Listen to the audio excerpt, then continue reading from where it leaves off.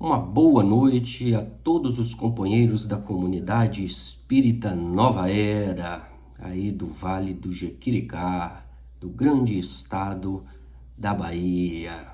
Um abraço especial ao nosso presidente José Alberto e a todos aqueles que irão acompanhar as nossas reflexões desta noite, a respeito de um tema que muitas vezes toca os nossos corações e temos a impressão de que ele é pesado, de que ele é denso. É um tema sério, mas importantíssimo, porque faz parte das nossas vidas, porque influenciam as nossas vidas. A ciência diz que para cada suicídio, de 20 a 30 pessoas que estão diretamente envolvidos com aquela situação são afetadas, de maneira que falar do suicídio é muito importante, principalmente no meio espírita, que vem trazer para nós a concepção do espírito imortal, da fé no futuro, de quem nós somos, de onde viemos, de que estamos fazendo aqui, qual a nossa missão aqui na Terra, para que a gente nasce, e a nossa perspectiva futura para onde iremos. E o suicídio ele interrompe todo este ciclo por várias questões, que vamos tecer alguns comentários aqui, é que o Espiritismo auxilia, porque o tema do suicídio ele é vasto. São muitas variáveis, circunstâncias que influenciam aquele que ele toma a iniciativa de tentar se retirar da vida, de tentar livrar de todos os seus sofrimentos, que não são por acaso, é o que o Espiritismo nos explica, mas que a dor é tão pungente, tão intensa, tão forte, que ele está no limite da suportação. E aí busca, de maneira infeliz, o extermínio da dor. E automaticamente, para a dor ser extinta, a gente precisa acabar com a vida física. E o caminho utilizado muitas vezes para este processo é o suicídio. É tirar a vida do corpo físico. E o primeiro ensinamento que o Espiritismo nos oferece é: não tem como sair da vida. Nós somos um princípio inteligente, uma centelha divina, que tem um perispírito, que é o intermediário entre a carne física e a centelha divina, que é muito sutil, que é uma luz, que é uma centelha. Esse perispírito molda o corpo que nós temos na encarnação atual e nas demais. E então, jamais, desde que fomos criados por Deus, não vamos deixar de existir. Então a gente pode existir no plano espiritual, na carne, na terra e em tantos outros mundos. Como disse Jesus: não turbe o vosso coração. Credes em Deus, crede também em mim. Na casa de meu Pai há muitas moradas. Não existe o nada, o vácuo. Todos os lugares são ocupados. E se tudo é criação divina, o universo inteiro, onde quer que nós estejamos, na Terra, nos planetas que enxameiam o presente, a existência, quando a gente olha para o céu, todas essas estrelas, é aquelas que a gente não enxerga ao olho nu, são casas, é a habitação de Deus, que nos oferece para que a gente se realize, para que a gente cresça, para que a gente desenvolva, para que a gente evolua, exerça o progresso, para que sejamos perfeitos, como perfeito é o nosso Pai, segundo as palavras de Jesus. Então, como diz Dona Joana de Ângeles, mentora do Divaldo, nós entramos na vida uma vez e não saímos dela jamais. Então, por aí, filosoficamente, comprovadamente, não tem lógica o suicídio, que é desejar exterminar aquilo que jamais vai poder ser exterminado, que é a vida, que é o espírito. O corpo físico, sim, mas a vida não. Nós somos espíritos imortais. Então o Espiritismo vem nos oferecer, vem nos explicar, vem dar suporte para nós, vem provar cientificamente, com pensamentos filosóficos, e efetivamente com a transformação ético-moral da religiosidade que temos dentro de nós, é que nós temos que aproveitar o que é mais sagrado, tudo que a gente tem, que é a vida. Agora, neste processo, pelas vidas sucessivas, pelas reencarnações, a cada experiência, a cada cultura, a cada nova vida na carne, seja num país, no Brasil, seja em outro país, em outra língua, não tem problema. Em cada circunstância dela, nós vamos ter todas as oportunidades para realizar o crescimento espiritual, para brilhantar a nossa luz, para formosear aquilo que temos dentro de nós, para um dia sermos espíritos perfeitos, tal qual Jesus é, o nosso modelo e o nosso guia. E nestas experiências das reencarnações, Deus nos ofereceu livre-arbítrio. O livre-arbítrio é a liberdade de agir conforme a nossa consciência, conforme as nossas escolhas. E a gente pode fazer o que quiser da vida. E isso é lei divina. A grande questão é que Deus, junto com o livre-arbítrio, trouxe um outro conceito chamado responsabilidade. Nós somos responsáveis por todos os nossos atos. Então, eu posso cometer o suicídio? Posso cometer o suicídio. Deus permite? Deus permite. Eu devo? Não. É outra coisa. Agora, quem decide é cada um de nós. E cada um sabe o limite das suas dores e das suas consequências. E nos revela que nós vamos sofrer as consequências dos atos de rebeldia contra a vida, contra as provas, as expiações, frutos das escolhas equivocadas que fizemos no passado e que precisamos ajustar nesta vida. Se nós não o fazemos de forma espontânea, então eu tenho um inimigo, estou brigado com ele, vou me ajustar com ele, chego para ele e faço uma proposta, tinha uma diferença, você me ofendeu, eu te ofendi, eu briguei, você ficou nervoso, vamos nos ajustar? Qual a melhor maneira? O que eu posso fazer? E se ele aceitar, eu aceitar, a gente entra no consenso e é bom para todo mundo. Não significa que eu vou ter para ele a afetividade que eu tenho para um amigo. Mas eu vou ter respeito, eu vou ajustar com ele, vou fazer a minha parte, ele faz a dele e a gente segue adiante. E se ele não aceitar? É direito dele. Eu me desincumbi, abri meu coração, mostrei para ele. E ele não aceitou. Aí é problema dele, cada um segundo as suas obras. É o que nos ensinou Jesus. Caso isso não aconteça de forma espontânea, isso em relação a uma pessoa em todas as situações da vida, Deus nos oferece uma mestra, é aquela que vem ensinar para a gente a necessidade desses ajustes, porque a lei que rege o universo é a lei do amor. Deus é amor.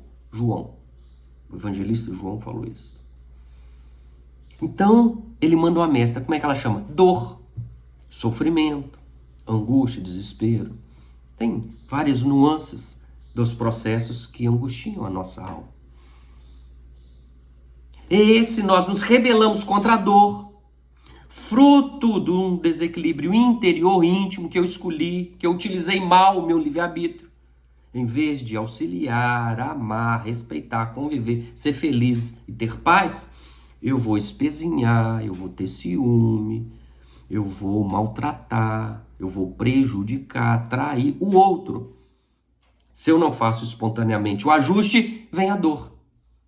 Quando a dor é muito pungente, porque o nosso reajuste é muito intenso, a gente não gosta. a gente não aceita, a gente questiona, a gente duvida. Não, eu não mereço essa situação. E aí a gente, quando essa dor é muito aguda, infelizmente, alguns de nós buscamos a saída do suicídio, como se pudesse exterminar a dor, tirando a vida. E isso não é possível. Este é o grande ensinamento do Espiritismo. Efetivamente, nós temos que assumir. E com assumir as nossas responsabilidades. E quem é que nos auxilia neste processo? Deus, porque Ele é amor. Como que Ele nos auxilia? Através de uma palavrinha chamada misericórdia. O que é a misericórdia? É o amparo, é a proteção, é o carinho, é o envolvimento, é o suporte que Deus nos oferece de forma direta ou indireta. Depende da nossa sensibilidade. Então vem um amigo, então vem uma música, vem uma leitura, um livro, vem uma doença, que às vezes nos joga na cama para a gente repensar a vida, as nossas atitudes, os nossos relacionamentos. Quando nós aceitamos, aprendemos a lição da dor, a dor vai embora, cumpriu a missão dela. Quando não aceitamos, e essa dor é muito grande, a gente se revolta, e a gente não entende as leis da reencarnação, a lei de causa, a lei de efeito, as perspectivas do futuro, os auxílios que nos chegam, quando a gente acha que ali na esquina não vai melhorar, que amanhã vai ser pior do que já estou hoje, que está muito difícil de conseguir, a gente muitas vezes utilizamos o caminho do suicídio. E qual a primeira decepção do suicida? É perceber que ele não acaba com a vida. É uma grande frustração. Os espíritos nos contam isso em vários livros. O que eu gosto mais de citar, que é um clássico do movimento espírita, chama-se Memória de um Suicida, de Camilo Castelo Branco, pela psicografia de Dona Ivone da Amaral Pereira e pela revisão doutrinária de Leon Denis, grande auxiliar de Kardec no interior da França, na época da codificação.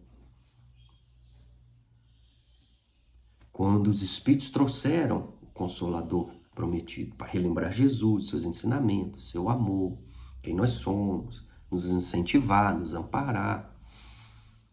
E ele nos demonstra que a morte não existe, que a vida é plena.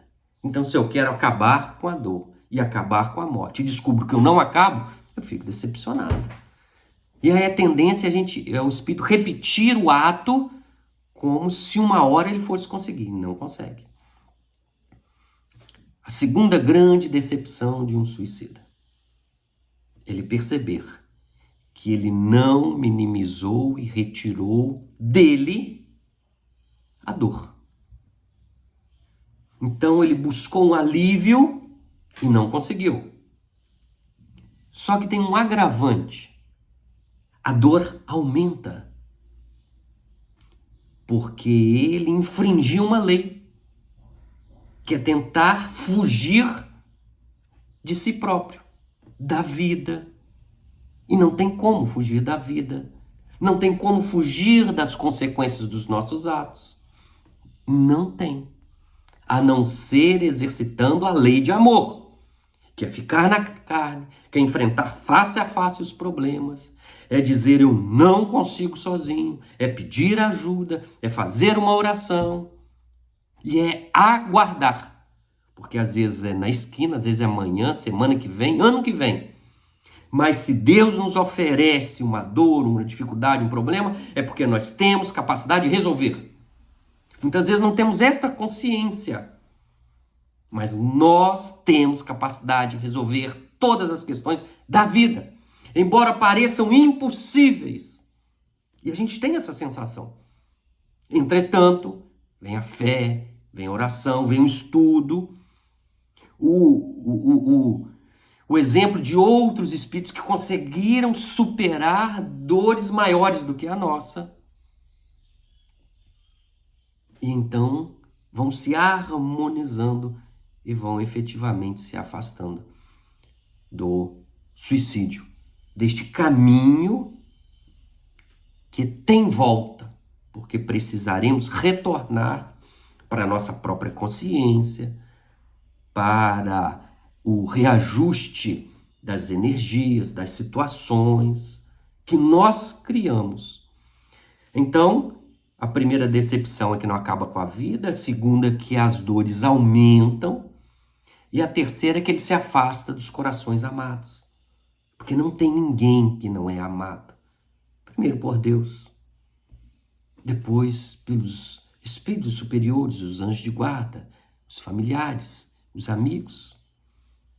E aparentemente, se aqui a gente se sente solitário, o Espiritismo vem nos falar que o plano espiritual, que o mundo primitivo está cheio de espíritos que nós deixamos para mergulhar na carne, superar a nós mesmos, romper as nossas limitações. E eles continuam lá, vibrando, torcendo para que a gente consiga. Agora tem que ter uma sintonia, uma vibração superior. E a gente faz através da compreensão, da obediência, da resignação, da oração, do entendimento que a misericórdia divina jamais vai nos abandonar. E se Jesus disse que Deus não coloca fardos pesados em ombros fracos, significa que nós temos capacidade de superar todas as dificuldades. Agora, às vezes, a gente precisa fazer como o pai que tinha um filho, ora se jogava no fogo, ora se jogava na água, que levou para os discípulos de Jesus curarem. Eles não conseguiram. Jesus estava no alto do Monte Tabor, fazendo a transfiguração, junto com Pedro, Tiago e João. Lá conversou com Elias e com Moisés. Depois que ele desceu, o Pai se apresentou e trouxe para os seus discípulos, e eles não conseguiram curá-lo. E Jesus pergunta, desde quando ele é assim? Eles falam, desde a infância, ele faz um atendimento fraterno. E depois ele se dirige para o Pai e diz assim, você crê que eu posso lhe ajudar? E a resposta do Pai é que muitas vezes nós precisamos ter. Eu creio, Senhor, mas ajuda-me na minha incredulidade. Como pode ser isso? Eu creio, mas não creio como deveria, com toda a pujança, com toda a força, com toda a fé. Eu tenho receio. Eu sou ainda, fraco. Então, me ajude na minha fraqueza, me ajude nas minhas limitações. A gente tem que reconhecer que nós não podemos tudo hoje, poderemos um dia, mas é galgado, é alcançado a cada dia, a cada momento, a cada experiência. Não é de uma hora para outra.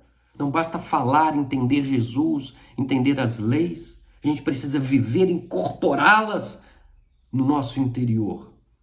Isso só vivendo em sociedade. Então, muitas vezes, quando nós achamos que não podemos, que façamos e guardemos em nós esta frase deste pai que pegou seu filho e foi atrás de Jesus, porque identificou em Jesus o roteiro, identificou em Jesus alguém que tinha capacidade de auxiliar. E questionado por Jesus, você crê? Ele fala, sim, nós cremos, somos espíritas, cremos nos espíritos. Sabemos dos princípios que regem a filosofia espírita, reencarnação, pluralidade dos mundos habitados, evolução, Deus, livre-arbítrio, comunicabilidade com os espíritos, que a gente chama de mediunidade. A gente sabe dos conceitos. Mas como dizia, eu aprendi com a minha avó aqui em Minas, meu neto, quando a porca torce o rabo, quando nós vamos sentir efetivamente e testar e provar aquilo que a gente sabe intelectualmente, a gente vacila. Na hora de vacilar, Senhor, me ajude. Eu creio, mas ainda sou fraco. Me dê um suporte a mais. Me auxilie um pouquinho mais. Pois com a tua ajuda, eu haverei de vencer. Esse é um passo importantíssimo para a gente evitar pensamentos que vão nos levar a duvidar da misericórdia divina, das suas leis, de que o outro sofre e do que eu sofro é responsabilidade minha. Porque teoricamente, igual estamos conversando, é até fácil de entender. Mas na hora que alguém pisa no nosso calo, que a dor nos aperta, que a doença chega, as necessidades financeiras, no trabalho, na família, as desavenças, os ajustes necessários aparecem para nós. Aperta. E aí a gente tem que fazer aquilo que diz no Evangelho segundo o Espiritismo. Vós vos disseis espíritas, sede-o de fato.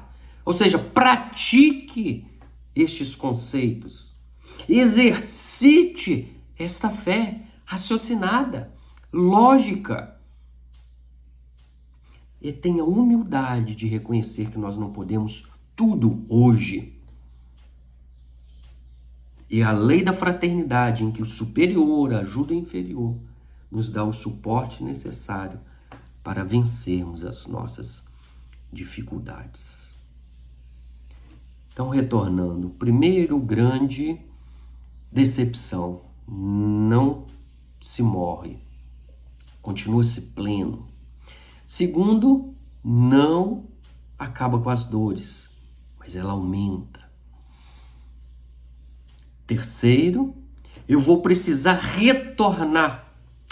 Terceiro, eu me afasto daqueles que Deus colocou como misericórdia para me auxiliar. Eu me afasto daqueles que me amam. E quarto, eu terei que retornar. Não tem outro jeito. Eu preciso resolver as minhas próprias pendências. O que o suicida faz? Ele adia. É direito dele? É. Deus permite? Permite. Mas quando a gente adia e a gente teria condições de vencer, de resistir, embora as dores, a gente agrega um pouquinho mais de dificuldade. Vai ser um pouquinho mais difícil, mas continua sendo possível. Sempre é. E ao reencarnar, geralmente o suicida vai reencarnar numa família estranha. Lógico que tem a capacidade, a amorosidade, a caridade de nos receber. Um ex-suicida. Mas aquele afeto, aquelas construções, daqueles amores que nós abandonamos quando viramos as costas e resolvemos nos embrenhar pelo suicídio, Deus não permite. Para que a gente aprenda. Por isso que é um pouquinho mais difícil, que eu não quero enfrentar hoje e eu deixo para amanhã. Até porque vai acumulando a quantidade, enquanto Deus nos oferece uma possibilidade de divisão, de ir ajustando de pouquinho em pouquinho, para não pesar demais todos os nossos ajustes conscienciais. Então, diante disso, do suicídio, o que devemos fazer? Concordar com ele ou recriminar o suicídio, o suicida, ou aquele que tenta o suicídio? Os índices são altos, um percentual muito grande, por tudo que nós já temos de evolução social, familiar, tecnológica, e das possibilidades éticas, morais. ainda é um índice muito alto. O Espiritismo nos ensina que a gente não deve nem concordar, nem recriminar. Apenas respeitar. Esse é o conceito que está lá na questão 785 de O Livro dos Espíritos. O que se entende por justiça? Kardec pergunta aos espíritos superiores. Eles falam: justiça é respeitar o direito do outro, agir como melhor lhe convier. É não querer ditar normas para os outros. Ah, mas eu sou pai, eu sou mãe, eu tenho responsabilidade de educar, não de obrigar. Porque nem Deus faz isso com a gente. Então, respeitar o direito do outro que está numa dor muito profunda, que nós não podemos julgar o quanto, a intensidade, os porquês, as sensibilidades e as dificuldades de cada um. Então não é julgar. Ele não pode, ele não deve. É julgamento. Jesus não julgou ninguém. Disse para aquela jovem que foi pega em adultério, que só ela foi em praça pública receber a penalização segundo a lei de Moisés. Só que Moisés está abaixo de Deus. E o que impera é a lei de Deus, que é a lei do amor. Vá, minha filha, e não tornes a pecar. Porque as consequências dos atos delas estão naturais. Elas ficam inscritas no nosso perispírito, ficam marcadas nele.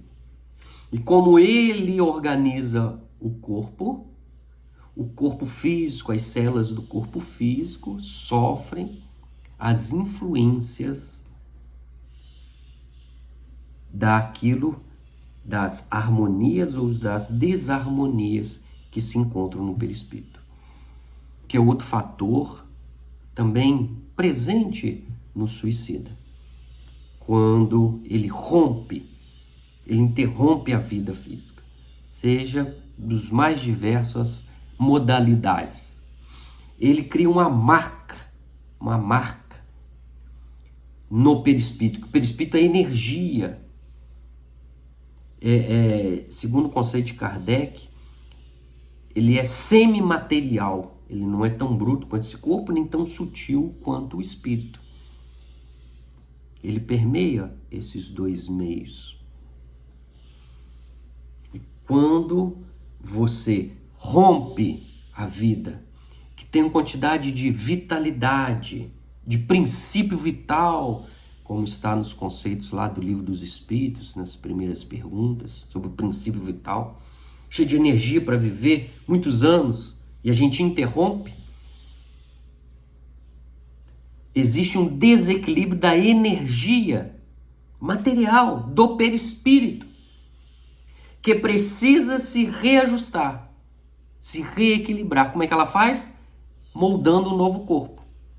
Só se o perispírito está desarmonizado, o corpo que ele vai moldar vai ser desarmonizado. Geralmente, o ex-suicida vem com alguma doença crônica, com alguma disfunção mental ou do corpo físico, dependendo da área em que ele utilizou da modalidade para retirar a vida de uma existência anterior. É ciência. E o que Kardec nos diz no Livro dos Espíritos? Que o Espiritismo é ciência. E ele fala assim: nunca, porém, dissemos que esta ciência fosse fácil. O Espiritismo não é fácil, mas também não é difícil. Ele precisa de disciplina, ele precisa perseverança, reflexão, sensibilidade, bom senso. E isso demanda um esforço para todos nós. Nem que se pudesse aprendê-la brincando. Então, assistir uma palestra, sentar para ler um livro, acompanhar um estudo. Demanda investimento, às vezes dá sono, o corpo está cansado, trabalhou o dia inteiro. Mas demanda esforços, porque sem esforço a gente não sobe o cume da montanha, da espiritualidade, da paz. Não vem de presente. na várzea. A gente precisa subir o morro, as escarpas. Não é simples, não é fácil. O que, aliás, não é possível em qualquer ciência. Qualquer uma precisa disso. O espiritismo é ciência. E o que a ciência diz? Mais um detalhe. Kardec diz assim: se um dia a ciência comprovar um conceito diferenciado que o espiritismo tem, abandone o espiritismo e segue a ciência. Porque a ciência é fruto do ser humano, dos seres inteligentes que nós somos, das suas pesquisas, das suas experimentações. A ciência não é algo separado da vida, da divindade. Existem cientistas que particularmente são materialistas ou têm uma ou outra religião, e existem cientistas em todas as religiões e até no ateísmo. Qual o problema? Então, o espiritismo segue os padrões da ciência. O que a ciência diz? Que o suicídio é uma questão de saúde pública. Então, não é uma particularidade somente do espiritismo. E aí nós podemos dizer que nenhum conceito é especificamente espírita. Então nós não podemos dizer que um suicida, ele é um obsidiado. Que ele sofreu uma influência muito grande dos espíritos. Não. Ou podemos dizer também, porque os espíritos influenciam nossa vida muito mais do que nós imaginamos. Então quando a gente tem um pensamento depressivo, de tristeza, de angústia, outros espíritos que estão na mesma sintonia se aproximam energeticamente. E esse sentimento triste que a gente tem aumenta, cria um volume muito grande. E muitas vezes ela é tão intensa que a gente não consegue fazer sozinho. E a ciência também tem um dado interessante: mais de 96% dos suicidas têm um problema mental, um distúrbio mental. Como é que a gente cuida do distúrbio mental hoje em dia? Através da farmacologia, da psiquiatria, da psicanálise, da psicologia e de todas as ciências que se dedicam a estudar a mente humana. Então, se temos algum problema, algum parente, precisamos buscar os recursos da inteligência humana, da medicina, da psiquiatria, de todas as ciências envolvidas nisso. Inclusive, um organismo chamado CVV, Centro de Valorização da Vida. Eu acho que é uma ONG, não sei a titulação jurídica específica dele. Sei que ele tem um número que chama 188, 188, qualquer dia, qualquer hora, qualquer momento, qualquer telefone, você pode ligar e alguém vai te ouvir. Para você, daquela dor profunda, possa compartilhar. E quando a gente fala, a gente alivia psiquicamente, energeticamente, aquela tensão que está muito grande. Ele vai te ouvir, vai indicar algumas possibilidades. Então, não é só indo no centro, não é só orando, não é só fazendo caridade, não é só ateu, não. Todos estamos passíveis por estarmos na vida de cometermos suicídio, ou de pensarmos no suicídio, ou de tentarmos o suicídio. Ninguém está isento. Esse é um conceito que a gente precisa ter consciência e precisa vivenciar nas nossas existências. E aproveitar tudo aquilo que a ciência diz e acrescentar o lado espiritual. Que os espíritos influenciam, repetimos, os espíritos influenciam nossa vida. A decisão última é sempre nossa, mas há uma interferência. Então, cuidar do corpo e cuidar da alma, do espírito. Ir ao médico, tomar os remédios. e fazia psicoterapia física, social, espiritual, tomar passe. Conjunto, é uma rede. Eu falei no início, né? De 30 a 40 pessoas sofrem as consequências de um suicídio.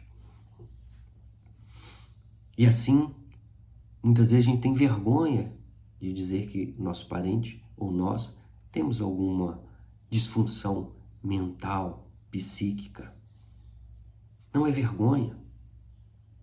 Vergonha é abdicar da própria vida e não buscar os recursos que a inteligência humana desenvolveu dentro dos remédios e das experiências.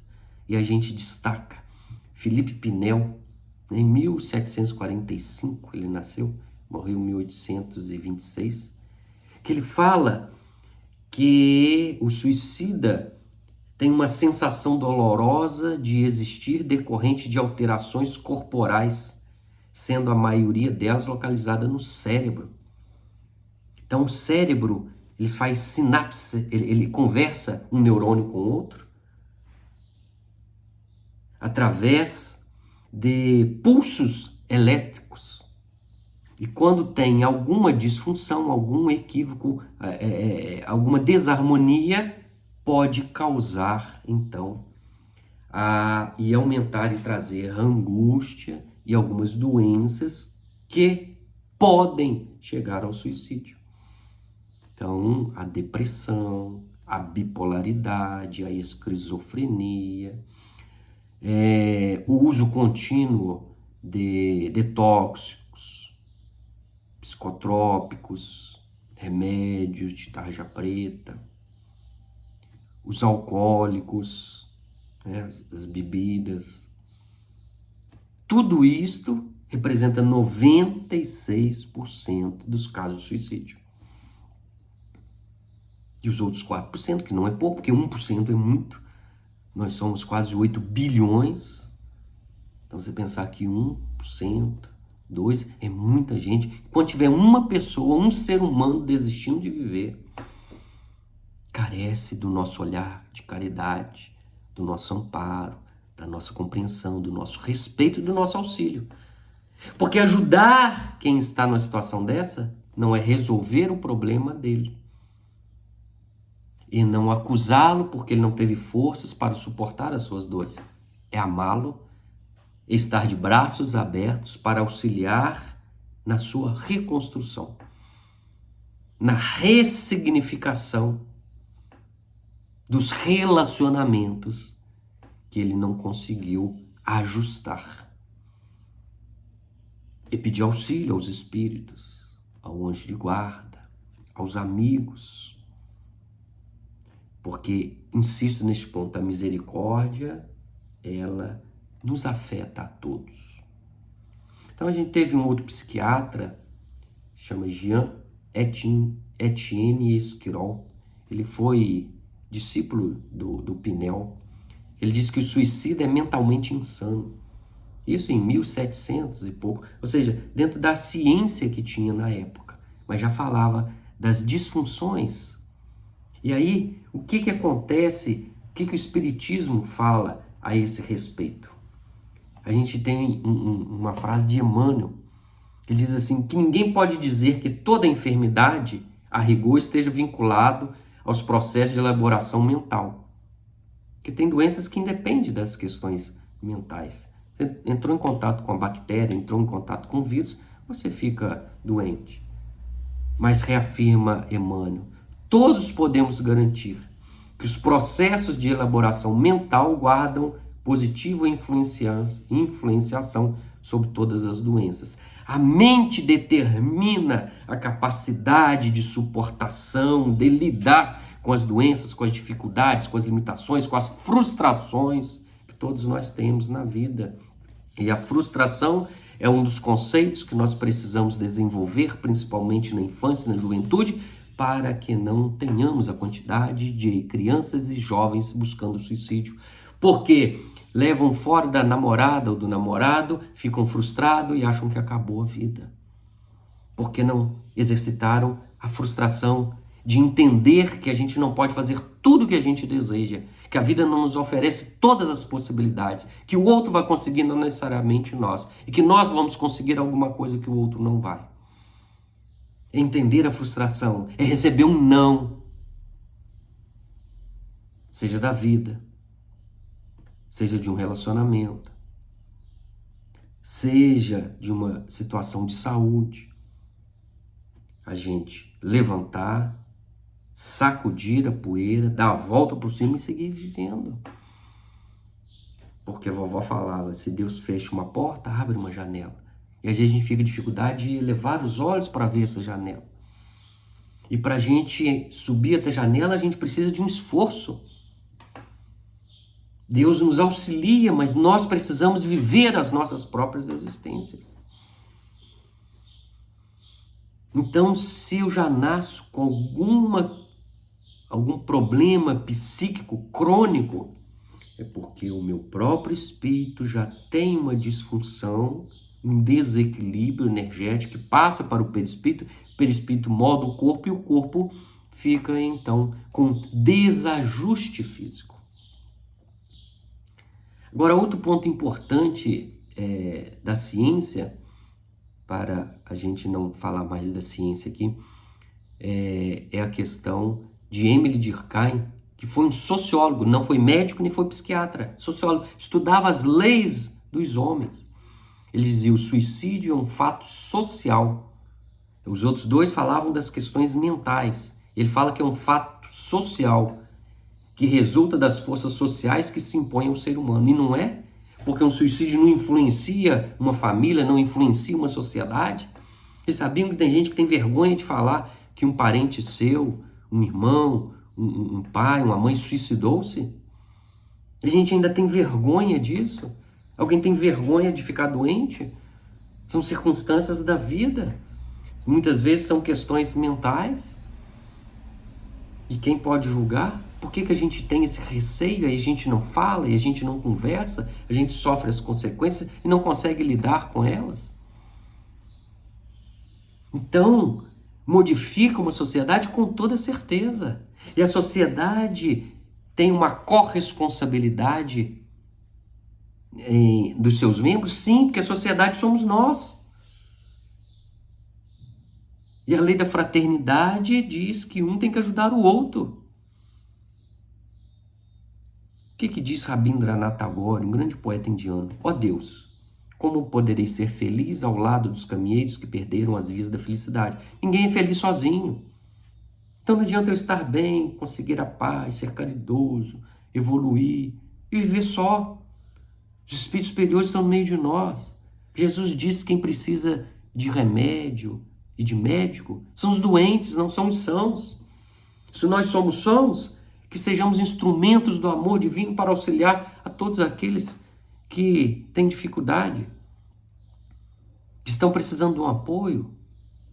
Aqueles que estão jogados no caminho, como na parábola do bom samaritano, esperando que alguém se encha de compaixão, não para vir resolver a vida dele, porque o bom samaritano tirou o azeite e o vinho do seu embornal, que é a única coisa que ele tinha. Ele não era médico, pelo que consta.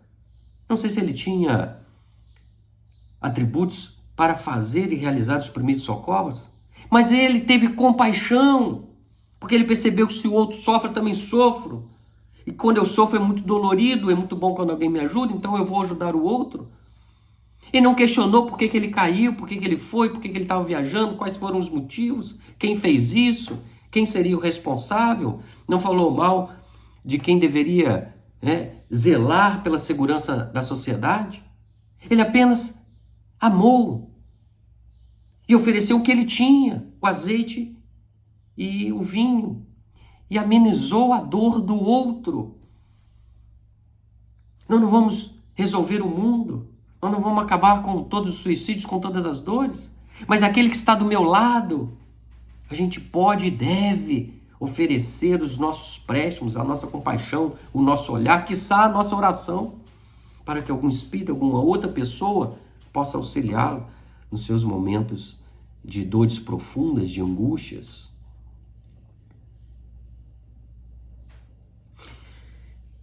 Mas que o Espiritismo fala disso? Eu estou falando tanto, falei de 2 médicos, falei de um sociólogo, porque o Espiritismo é ciência. Então, não existe ciência material, ciência é ciência. Experiência é experiência, aprendizado é aprendizado. Não interessa de onde que ele vem, eu preciso utilizar para melhorar a vida daqueles que convivem comigo. Assim como eu fui auxiliado muitas vezes por tantos corações que eu nem sei o nome. E quem não foi, quem pode dizer que nunca precisou da ajuda de ninguém? E nas encarnações passadas? E todos que quebraram lanças, que fizeram esforços para que chegássemos onde nós estamos hoje? Na questão 943, Kardec pergunta: de onde nasce o desgosto da vida que, sem motivos plausíveis, se apodera de certos indivíduos? Porque às vezes os motivos estão no inconsciente, estão no passado, estão em atitudes que eu fiz e não tenho consciência de que eu maltratei alguém, que eu desfiz de alguém. De onde que vem esse desgosto pela vida, dado que ninguém foge da vida? Os espíritos respondem: efeito da ociosidade. A ociosidade é quando eu não estou imbuído da minha missão enquanto espírito imortal, que é evoluir, que é melhorar, que é progredir, que é aprender, que é amar, que é perdoar, que é desenvolver todas as virtudes que a gente tem capacidade de desenvolver, que a vida nos oferece a cada dia uma oportunidade de vencer, de aprender, de incorporar uma virtude na nossa vida. Da falta de fé. E a fé é raciocinada. Deus é misericordioso, soberanamente justo e bom, Ele quer o meu melhor. Então, se vem alguma coisa aparentemente ruim para mim, é porque eu preciso desse remédio amargo. Eu posso me questionar por quê, e eu posso vencer, eu falo, não vou tomar mais esse remédio. Então, como diz o livro Eclesiastes, há tempo de plantar e tempo de colher, eu vou plantar para colher amanhã o bem, a paz, a harmonia, a tranquilidade. Agora eu preciso plantar, se não plantar não vai colher. Ou se plantar vento vai colher tempestade. Então eu tenho essa capacidade. E o que me faz isso é a fé, isso é fé. Fé não é falar, Senhor, resolva os meus problemas. Não, me dá força, me dá sabedoria para identificar onde eu errei. Por que eu estou perseverando? Me ajuda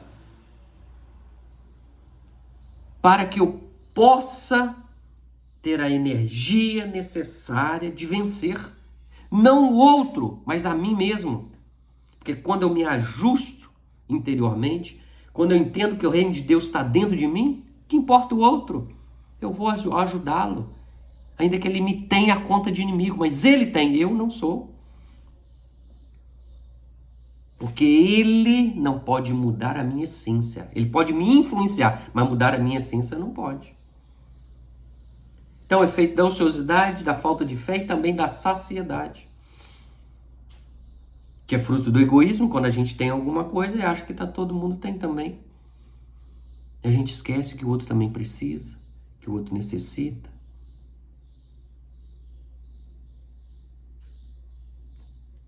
Quando nós abrimos o Evangelho segundo o Espiritismo, tem uma leitura chamada Suicídio à Loucura. Eu destaquei uma frase só, que ele diz assim: a calma e a resignação, auridas da maneira de considerar a vida terrestre. Desesperar para quê?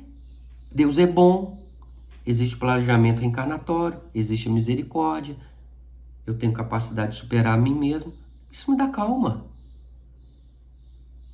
Desespero é não saber o que fazer. Calma. A gente não pode fazer tudo ao mesmo tempo, resolver todos os problemas. A avó falava aqui em Minas: meu neto, quem muito abraça, pouco aperta. Um problema de cada vez, um dia de cada vez, uma conversa de cada vez. Ninguém faz muitas coisas ao mesmo tempo. Nós temos só 2 braços, 2 pernas, uma mente só, não tem como fazer muitas coisas. A gente faz uma, depois faz outra, depois faz outra. A calma e a resignação Auridas da maneira de considerar a vida terrestre, ou seja, olhar a vida com um olhar do espírito imortal. Isso daqui é uma passagem. É como se a gente fizesse uma grande viagem, parasse à noite para dormir numa hospedaria, no hotel. A gente entrar pro hotel e achar que ali é a vida. E não querer mais sair dali. Essa é uma encarnação, a gente tem que voltar para o caminho, para seguir rumo à nossa perfeição. Uma encarnação é uma hospedaria dessa, pequenina, passageira, que a gente vai vencendo, que a gente aprende, que a gente cria relacionamentos, que a gente desenvolve algumas habilidades, mas que a gente tem que deixar o corpo, vai voltar e a gente vai continuar vivendo, crescendo, desenvolvendo. E da confiança no futuro, que é outro flanco que o Espiritismo abre para todos nós.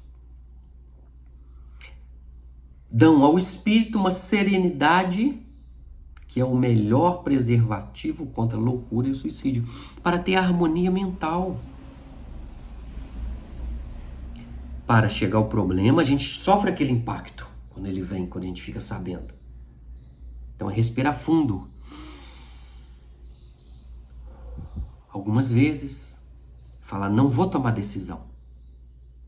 Sentir, chorar, gritar, botar para fora. Isso é importante. Mas tomar um banho, dormir, se conseguir, mas esperar um outro dia. E acalmando, falar, agora senta.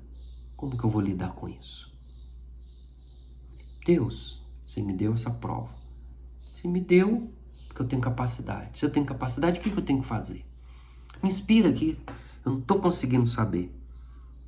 Aí você vai receber a visita de alguém, a ligação, uma mensagem no WhatsApp. Alguém vai entrar em contato com você. Ou você vai trabalhar, de repente vai ter um insight. Você vai ver um filme, você vai ouvir uma música. Você vai ver uma situação num colega seu de trabalho, ou na via pública, ou no seu vizinho. Já sei. Agora, identificar não vai resolver também não. Aí nós vamos trabalhar. Um dia, outro dia, um esforço, outro esforço. Aí às vezes a gente desanima. Não tem problema, desanimou? Calma, dorme, passa outro dia. Volta o ânimo de novo, oração. É assim que a gente vai vencendo.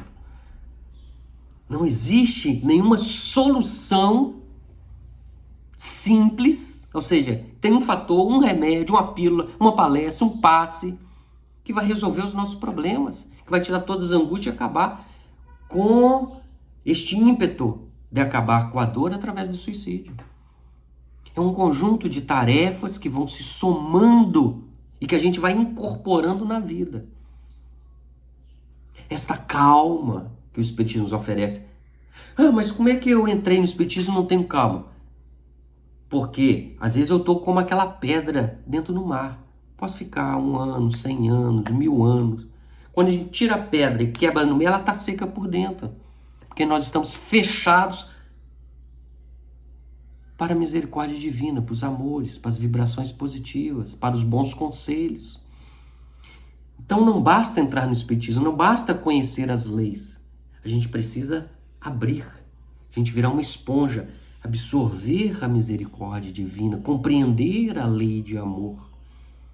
E a gente absorve aqui e oferece ali. A oração de Francisco de Assis diz, né? Dando que a gente recebe.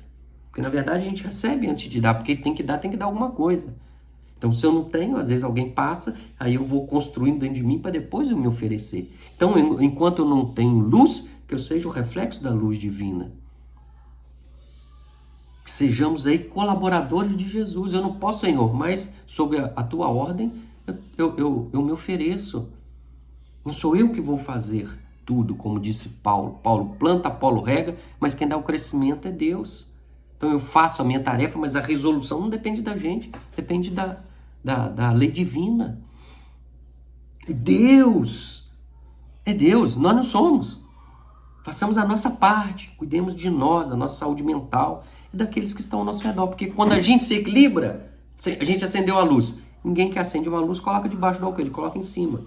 Você acaba iluminando aqueles que estão ao seu redor. A lógica é simples, a gente precisa incorporar isso na vida. Esta é a calma e a resignação que o Espiritismo nos oferece. Ele nos dá exemplos. São os romances, são as histórias que a gente ouve, que a gente observa, que a gente faz a reflexão. Não para julgar o outro, mas entender quais os fatores que levaram àquele desespero, para que nós não precisemos repetir. E a gente aprende com a experiência alheia, ouvindo num atendimento fraterno, numa conversa de amigos, em vez de já querer dar resolução. Se eu fosse você, eu faria isso, isso, isso. Não, apenas ouça. Deixe ele colocar para fora. Vamos exercitar os ouvidos. Hoje, nesta correria, poucos têm tempo para olhar no olho, sorver um café, um chá. Conte, meu amigo. Ele fala. Estou aqui para te ajudar. E ele vai sentir esse companheirismo. Falar assim, segurar na mão dele, você não está só. Isto eu posso te garantir. A gente não resolve a vida de ninguém. A gente dá o suporte energético, emocional. Isso é que é amar. Não é resolver o problema do outro. É falar assim, você não está só. Isso é que é amor, meus irmãos. Isso que a gente precisa desenvolver. E na medida em que a gente vai acalentando, apoiando cada coração necessitado, a gente vai curando a nós mesmos. Para que a gente não precise um dia pensar, tentar e um dia cometer o suicídio. Que nós oremos por aqueles que não tiveram essa força. Porque eles vão precisar, porque eles serão perfeitos, porque eles são filhos de Deus, porque eles são nossos irmãos. E eu não vou para o paraíso sozinho. A gente precisa trazê-los, e o paraíso a gente traz dentro de nós e junto daqueles que estão conosco. Enfim, meus irmãos, estamos chegando ao final. Olha, tem muita coisa para ser dita sobre isso. É um mês em que se dedica à prevenção do suicídio. Vamos conversar, vamos buscar, vamos ler. Tem muitas palestras, muitas atividades, muitos sites, muitos livros. E vamos fazer como Paulo. Abrir os braços e dizer, Senhor, o que queres que eu faça? Dê oportunidade, estou aqui, quero ajudar. E automaticamente a vida vai nos trazer as possibilidades da gente amar, da gente exercer a compaixão por todos os nossos irmãos suicidas, daqueles que virão a ser, porque ainda é uma realidade. O nível de tentativa ainda é alto, inclusive em crianças, em jovens, embora a grande maioria continue pertencendo a uma faixa etária dos mais velhos, mais idosos. Façamos a nossa parte, que Jesus nos envolva, que Jesus nos proteja, que Jesus nos inspire e que nós abramos os nossos corações para sermos instrumentos do bem, para sermos aquele ponto determinante na vida de alguém, de maneira simples, mas presente, mas através do companheirismo,